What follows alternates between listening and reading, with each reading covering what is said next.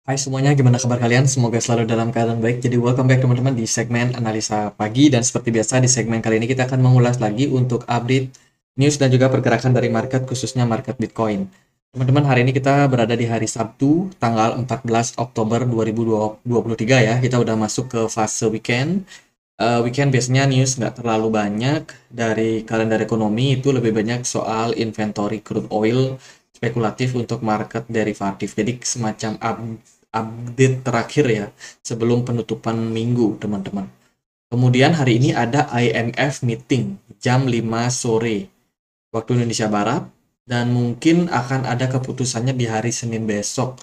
Jadi kita tunggu aja IMF meeting ini membahas soal apa. Kemudian kalau kita lihat dari berita yang kemarin ya, itu ada beberapa data, salah satunya adalah member FOMC yang speech dari Bostik. Kemudian ada Fed balance sheet. Kalau kita lihat dari sini, inflasi telah berhasil menurunkan Fed balance sheet Amerika Serikat, artinya peredaran uang makin lama makin turun. Kemudian kemarin juga kita dapat data soal CPI and PPI dari China. Hasilnya dilihat dari data ini sudah mulai masuk mendekati tahap deflasi, guys. Jadi CPI dari Cina year on year itu turun ya, dari 0,1% turun menjadi 0%. PPI-nya justru mengalami tren pembaikan dari minus 3% menjadi minus 2,5%. Sampai minus ya, teman-teman. Kemudian dari Uni Eropa itu ada industrial production. Data industrial production dari Amerika Serikat ada export import index.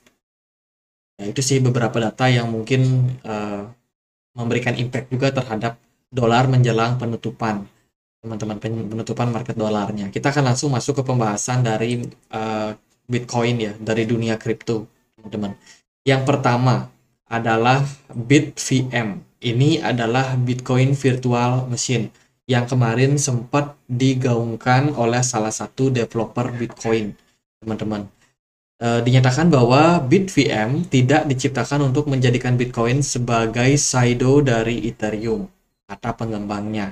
Membangun pertukaran terdesentralisasi pada Bitcoin akan menjadi langkah mundur, misalnya kata pengembang dari Super Testnet. Nah, jadi pada intinya adalah proposal kemarin sempat dibuat oleh Robin Linus pada tanggal 10 Oktober kemarin. Dan tujuannya dari Bitcoin Virtual Machine untuk menciptakan skalabilitas yang lebih luas terhadap Bitcoin. Dan ini tentunya mengusik banyak sekali altcoin. Guys, kalau sampai Bitcoin punya sesuatu sistem yang menyebabkan mereka punya skalabilitas yang lebih besar, itu berarti altcoin tidak dibutuhkan. Secara teori sih seperti itu, guys. Tapi pada penerapannya ini tentunya tidak akan gampang. Apalagi kalau ini diterapkan, itu bisa saja menyebabkan jaringan dari Bitcoin makin lama makin padat. Makin padat, makin banyak yang make. Karena ya virtual machine dari Bitcoin tentunya akan lebih punya powerful dibandingkan sama virtual machine yang ada di blockchain lain. Nah, karena kalau kalau ini diterapkan dengan posisi Bitcoin yang sekarang nih, yang kecepatan transaksinya masih cenderung lambat, itu bisa menyebabkan makin lama makin banyak yang masuk, otomatis ya ibaratnya sebuah jalan lah, teman-teman. Kalau itu disesaki oleh banyak kendaraan, ya macet juga. Jadi kurang lebih kayak gitu ya, untuk apa namanya, perumpamaannya dari jaringan Bitcoin ini. Dan tentunya ini masih harus benar-benar di-develop, guys, oleh developer daripada pengembang dari Bitcoin ya. Mereka harus menciptakan sebuah aplikasi yang benar-benar bermanfaat dan juga bisa menjadikan Bitcoin ini sebagai salah satu pilihan dalam hal melakukan transaksi. Ya, ini sih, ini proposalnya yang kemarin belum mendapatkan approval dari para konsensus dari Bitcoin, teman-teman. Masih menunggu ya, ini masih sedang dikaji sih sebenarnya apakah positif atau negatif, dan banyak sekali pertimbangan dan juga analis dari berbagai macam sudut pandang. Jadi kita tunggu aja apakah kedepannya Bitcoin Virtual Machine ini bisa menjadi sebuah solusi atau justru ini hanya sebuah narasi belaka. Next kita lihat dulu dari Ethereum. Nah, Ethereum ini gas fee-nya turun parah, guys. Jadi biaya transaksi di Ethereum makin lama makin turun. Kenapa? Karena kalau kita lihat pada kenyataannya Ethereum itu didominasi oleh market NFT, kemudian juga ada smart contract di apps, termasuk juga DEX di dalamnya. Itu banyak banget, teman-teman. Dan kalau kita lihat dari data Dune, ini menunjukkan bahwa penurunan terjadi terutama bagi mereka yang melakukan transaksi pada NFT. Ya, orang-orang yang beli karya seni itu makin lama makin turun. Ini menyebabkan jaringan daripada Ethereum makin lama makin longgar nih. Jadi ibaratnya jalan raya tadi ya, jalan rayanya makin sepi. Oke, sehingga kalau sepi ya arusnya lancar-lancar aja dan tentunya gas fee-nya itu menurun, teman-teman. Karena ya sedikit aja orang yang berjalan di sana. Ya makin lama makin turun. Jadi ini sih sebenarnya fase-fase di mana para holder, para apa namanya investor itu mengambil kesempatan untuk membeli Ethereum. Apalagi harganya sekarang udah murah, gas fee-nya untuk ditransfer juga murah, teman-teman. Jadi ya lumayan lah. Mereka bisa save di Cold Wallet, itu juga menjadi salah satu posisi yang sangat-sangat menarik nih untuk saat ini. Beda halnya kalau udah rame ya kan, udah rame harga Ethereum melonjak, gas fee-nya juga ikut naik. Nah, itu biasanya fase-fase di mana ya orang-orang sangat-sangat aktif gitu. Jadi kalau posisi sekarang ya dipersilakan lah untuk para investor nih untuk mengambil tindakan mereka sendiri apakah mau invest atau enggak. Voyager Digital Co-founder ini bermasalah sama regulasi Amerika Serikat. Ini kayaknya sih masih masuk persidangan ya. Voyager salah satu penyedia layanan kripto yang kemarin itu juga bermasalah. Teman-teman, Voyager Digital masih dalam tuntutan hukumnya ya, karena mereka masih memiliki aset nih berupa kripto dan tentunya bisa aja dilikuidasi lagi ke market. Ini masih dalam proses pengadilan.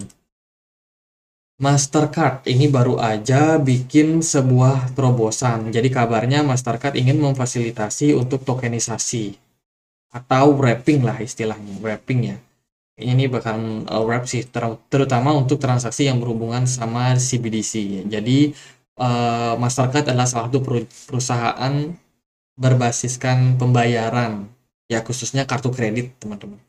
Kartu kredit, dan dengan adanya perkembangan CBDC yang makin masif, ya kan, central bank digital currency, setiap negara sekarang udah berlomba-lomba bikin CBDC, otomatis ya CBDC ini bisa menjadi salah satu hal yang biasa untuk digunakan transaksi di kemudian hari.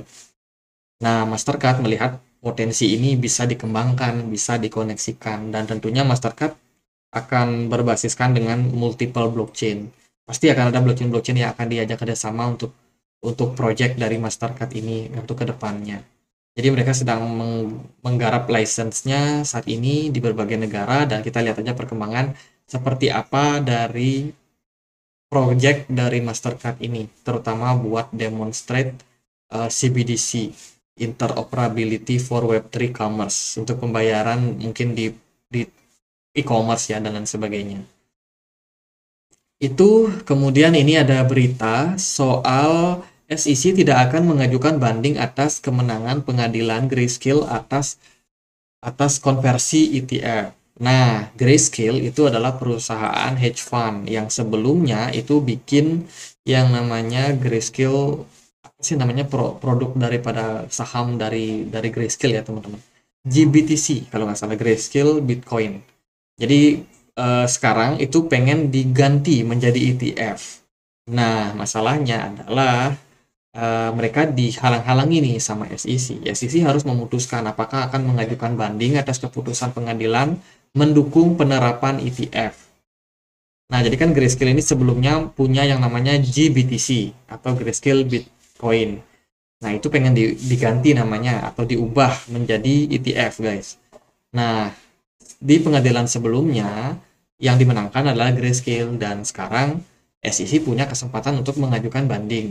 Tapi katanya menurut analis sih meskipun kemungkinannya untuk mengajukan banding, SEC kemungkinan akan mencari jalan lain untuk menunda proses persetujuan, dan benar aja ETF itu belakangan ditunda ya, khususnya ETF Bitcoin dari beberapa perusahaan tuh kan ditunda nih untuk approvalnya. Jadi itu sebuah langkah yang dipilih oleh SEC sendiri dalam hal penegakan regulasi di sana. Grayscale Investment Manager Aset Terkemuka baru saja memenangkan gugatan hukum melawan Komisi Sekuritas Bursa Amerika Serikat atau SEC. Kasus ini berfokus pada upaya Grayscale untuk mengubah Grayscale Bitcoin Trust atau GBTC menjadi dana yang diperdagangkan di bursa atau ETF. Keputusan ini diambil sebagai tonggak sejarah dunia kripto dan berpotensi untuk membuka pintu lebih lebar untuk adopsi institusional. Jadi, ya bisa dibilang good news untuk Grayscale. Tapi buat market kripto sih nggak terlalu berimpact mungkin ya. Kemudian ini adalah sebuah data dari inflasi. Nah, ini sekarang diskusi daripada sosial media, termasuk yang ada di Google, yang ada di sosmed seperti di Facebook dan lain sebagainya, itu paling banyak membahas apa sih? Kalau kita lihat sih dari data-data ini ya, topik yang mengalami peningkatan itu adalah diskusi mencangkup kata kunci inflasi, kemudian juga bear market. Kedua, data ini merupakan tanda bahwa penonton lebih banyak mengambil sikap bearish terhadap pasar kripto. Ironisnya, semakin banyak pedagang yang condong ke arah penurunan harga, semakin tinggi pula kenaikan dari harga Bitcoin. Jadi intinya adalah makin banyak orang yang melihat bahwa market akan bearish, semakin tinggi pula kemungkinan bullishnya, teman-teman. Jadi bukan hal baru lagi ya, kalau di market kripto itu nggak ada sesuatu yang pasti. Even banyak orang yang memiliki analisa sendiri. Tapi Bitcoin itu bergerak tidak ditentukan oleh analisa siapapun. Bitcoin bergerak ya sesuai dengan yang pertama ya fluktuasi dari market, kemudian juga supply and demand, mungkin juga ada beberapa manipulasi dari hedge fund, dari bandar lah istilahnya, dari whales ya, itu juga bisa menyebabkan pergerakan dari Bitcoin. Tapi overall market itu sangat-sangat mengerti yang namanya psychology. Jika banyak orang yang masang short, otomatis kesempatan untuk melikuidasinya akan makin besar, yaitu di counter oleh long position yang artinya kenaikan dari harga. Begitu pula dengan sebaliknya. Makanya di posisi saat ini, kalau menurut saya sih, Bitcoin masih punya potensi untuk mengalami penurunan. Ya mungkin bisa ke 25.000 atau mungkin yang paling buruk itu bisa aja prosesnya ke 20 ribuan. Tapi ini juga belum pasti teman-teman. Kenapa? Karena kalau kita lihat dari progres Bitcoin saat ini, Bitcoin ini masih bergerak teman-teman di atas dari level supportnya di kisaran 25.000. Artinya adalah kalau Bitcoin nggak turun sampai 25.000 itu otomatis kemungkinan dia turun lebih dalam itu lebih kecil. Ya kan? Bisa aja Bitcoin sekarang mantul nih balik naik lagi. Bisa aja seperti itu. Maka skenario ke 25.000 akan makin lama makin jauh. Tapi kalau Bitcoin naik sekarang, apa pemicunya? Kan tentunya dari sana aja kita melihat belum ada pemicu ya buat Bitcoin. Terutama kenapa Bitcoin bisa naik belum ada pemicunya. Pertama dari likuidasi masih sangat-sangat kecil. Kedua mungkin beberapa kasus itu masih sedang berlangsung. Belum lagi ada beberapa DEX yang kemarin kena collapse, ya itu berencana yang ingin melikuidasi asetnya belum clear juga. Pemilu Amerika Serikat udah makin dekat di 2024 dan ini mungkin akan menimbulkan pertarungan antara yang pro kripto dan juga yang tidak pro sama kripto. Jadi masih akan ada gejolak teman-teman. Jadi kalau saya rasa sih untuk posisi saat ini, apakah Bitcoin bakalan naik atau enggak, ya itu peluangnya masih bisa naik, masih bisa turun. Tapi kalau saya pribadi sih expect-nya Bitcoin bisa koreksi dulu lah ke 25.000. Ya, karena kalau dalam posisi saat ini cenderung kurang begitu menarik dari segi indikator pun juga tidak terlalu menarik untuk Bitcoin sebenarnya. Volumenya masih kecil, smart money-nya belum masuk, dari MACD juga masih merah. Masih didominasi oleh bearish. Itu secara indikator kalau kita perhatikan. Namun kalau kita lihat dari time frame 4 jam, ternyata memang Bitcoin ini mengalami lonjakan volume di time frame kecil, tapi belum ada pergerakan dari smart money. Histogram dari MACD juga udah menunjukkan tren kenaikan, guys. Jadi mungkin ada opportunity untuk Bitcoin mengalami kenaikan sesaat jangka pendek. Kalau kita compare sama pergerakan dari DXY atau indeks dolar, kemarin memang sempat mengalami kenaikan. Namun kenaikan yang terjadi kali ini sepertinya tidak ditunjang sama volume smart money yang makin naik juga. Ya memang volumenya naik, tapi nggak seberapa naik. Dan posisi ini tentunya dimanfaatkan oleh gold. Di perdagangan kemarin gold terbang 3%, 3,4%. Luar biasa tinggi, volume yang masuk ke gold sangat-sangat tinggi, terutama dari smart money-nya. Sementara S&P 500 justru malah makin nyungsep. Dan Bitcoin cenderung naik sekitar 1% mengikuti pergerakan dari gold. Jadi market mix ya teman-teman, arahnya belum pasti kemana, dan tentunya dari beberapa sentimen sih kalau menurut saya tren masih bakalan turun jangka pendek. Namun sekali lagi saya masih tetap melihat bahwa Bitcoin masih bakalan bullish 2024-2025. Jadi alangkah baiknya kalau posisi-posisi sekarang dimanfaatkan bagi mereka yang melakukan swing trading, yang punya planning trading dalam jangka waktu 1-2 tahun ke depan. Atau mungkin bisa dibilang short term investing. Ya apapun lah istilahnya, durasi 1-2 tahun ke depan menurut saya kesempatan untuk melakukan akumulasi. Namun yang suka trading jangka pendek, saya melihat tren masih bakalan turun. Jadi gitu aja sih buat pembahasan Bitcoin kali ini. Semoga videonya bisa bermanfaat. Guys, kita punya komunitas diskusi di Telegram ya. Kita selalu update untuk news-news terbaru di dunia kripto, di dunia makroekonomi, dan tentunya kalian bisa akses juga nih beberapa analisa dari analis lain yang mungkin bisa menambah perspektif kalian. Semuanya aku share di komunitas Telegram ini. Kita tidak punya komunitas berbayar ya teman-teman, semuanya gratis, semuanya teman-teman bisa akses bagi yang punya Telegram. Jadi yang mau join, linknya ada di kolom deskripsi. Itu aja, semoga videonya bisa bermanfaat, dan akhir kata saya Andre, makasih.